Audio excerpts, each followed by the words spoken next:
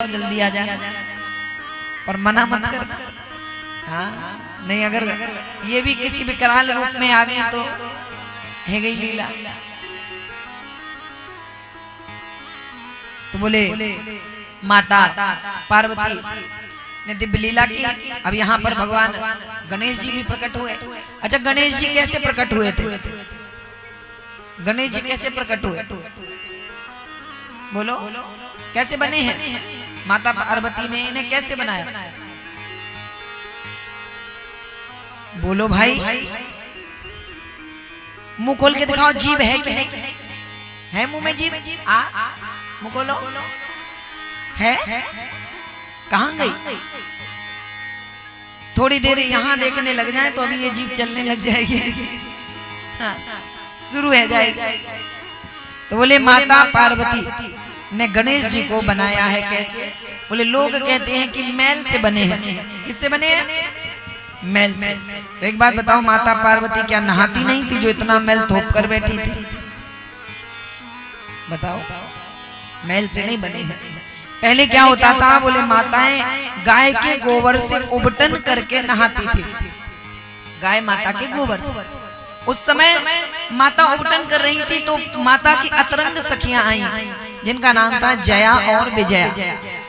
बोले हे पार्वती, एक बात कहें, ये भगवान जो है ना भोलेनाथ, इनके गण हैं, ये इनकी ही सुनते हैं। हम मना करें कितना भी, ये बाबा को रोको, अंदर मत आने देना, ये नहीं रोकते और अंदर आ जाते हैं बाबा।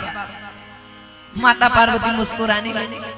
बोले स्वामी अंदर तो आएंगे ही आएंगे। अब सखियों का प्रेम है, वात्सल है माता पार्वती से। बोले हम नहीं जानते, ये अंदर आते हैं, इनको रोका जाए। कैसे रोका जाए?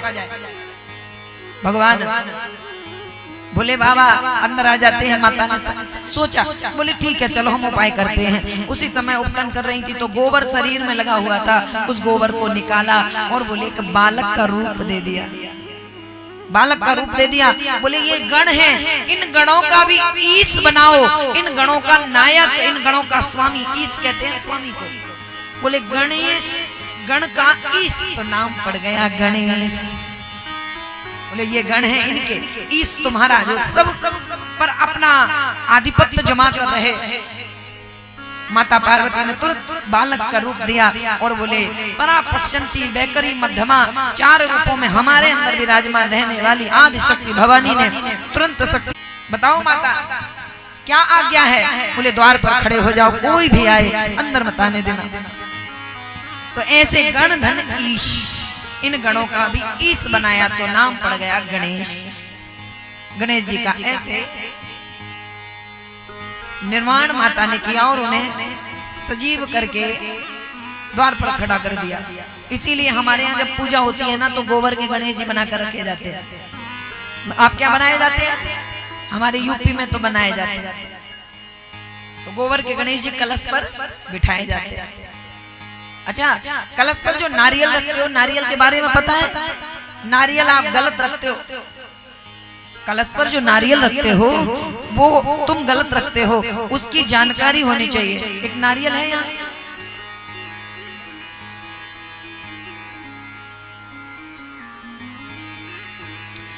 अच्छा ऐसे समझो, नारियल में एक नोक होती है आगे और पीछे होती है पूंछ। क्या होती है? पूंछ। और जो आंखें होती हैं वो किस तरफ होती हैं? आप ही बताओ। जो नारियल में आंखें होती हैं वो किस तरफ होती हैं? पूंछ की तरफ या नोक की तरफ?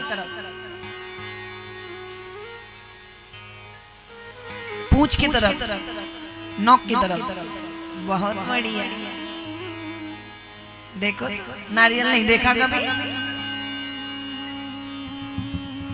नारियल भी नहीं देखा? अरे नारियल में पूंछ की तरफ आंखें होती हैं। अच्छा, ये नारियल है क्या?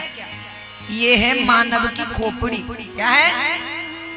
जोर से बोलो, आवाज ना आई, नाक कट गई और जोर से बोलो। बस इतना ही खाती। क्या है बाबा? आप बोलिए, बताइए क्या है? ये और सोने पर सुहागा निकले। क्या बात, बाबा ने अभी बहुत बढ़िया नृत्य किया। बाबा की, बोले बाबा के विवाह की इन बाबा को बड़ी खुशी थी। मुझे तो लगता था मैं नीचे आ जाऊंगा। एकदम मगन हो गए थे। ऐसे ही मगन होना चाहिए भक्ति में, देख देख के करो, समझ समझ कर करो तो क्या भक्ति हुई, बिना जाने पागल होकर। तो बोले ये क्या है? मानव की खोपड़ी। इसे बना रहे थे विश्वामित्र जी। और विश्वामित्र जी जब बना रहे थे उस समय उर्वशी ने आकर के उनको जगा दिया, क्योंकि उन्होंने संकल्प कर लिया था कि जैसे ब्रह्मा जी ने सृष्टि का सृजन किया है, निर्माण किया है, मैं भी एक सृष्टि बनाऊंगा। और संकल्प करके बैठ गए, तपोबल से बनाने लग गए। मानव की खोपड़ी अकेली बन पाई थी, इतने में आकर उर्वशी ने जगा दिया, खोपड़ी अकेली रह गई। बोले अब इसका क्या करूं? तो बोले उस खोपड़ी को नारियल बना दिया, नारियल में परिवर्तित कर दिया, इसीलिए उसमें आंखें भी हैं। और बोले नारियल को,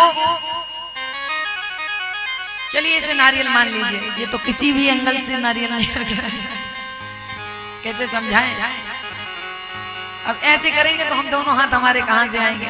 चलो इसे नारियल मान लो, तुम्हारी मान लेते हैं। ये नारियल, ये पूंछ है, ये नोक है नीचे।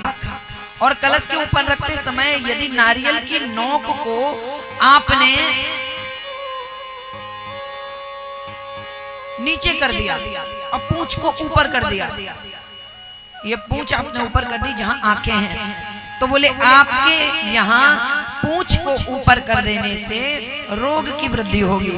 और यदि इस नारियल के पूंछ को नीचे, नोक को ऊपर और नोक को नीचे, पूंछ को ऊपर किया, तो बोले एक में रोग की वृद्धि हो जाएगी, दूसरे में धन की हानि होगी। और उस नोक को आपने अपनी तरफ कर लिया तो बोले आपके शत्रु बढ़ जाएंगे, दुश्मन। रखना कैसे है? बोले जिस तरफ आंखें हैं उन आंख वाले हिस्से को अपनी तरफ करके रखिए, जहां आप बैठे हैं पूजा पर। नारियल कोई कोई खड़ा कर देते हैं, नहीं करना चाहिए। वो पूंछ में जो आंखें हैं वो आपको देख रही हो, ऐसे रखना है। जहां आप बैठे हो अपने तरफ पूंछ कर, ऐसे खड़ा नारियल रख दिया, ऐसे रख दिया, नहीं बता रहे।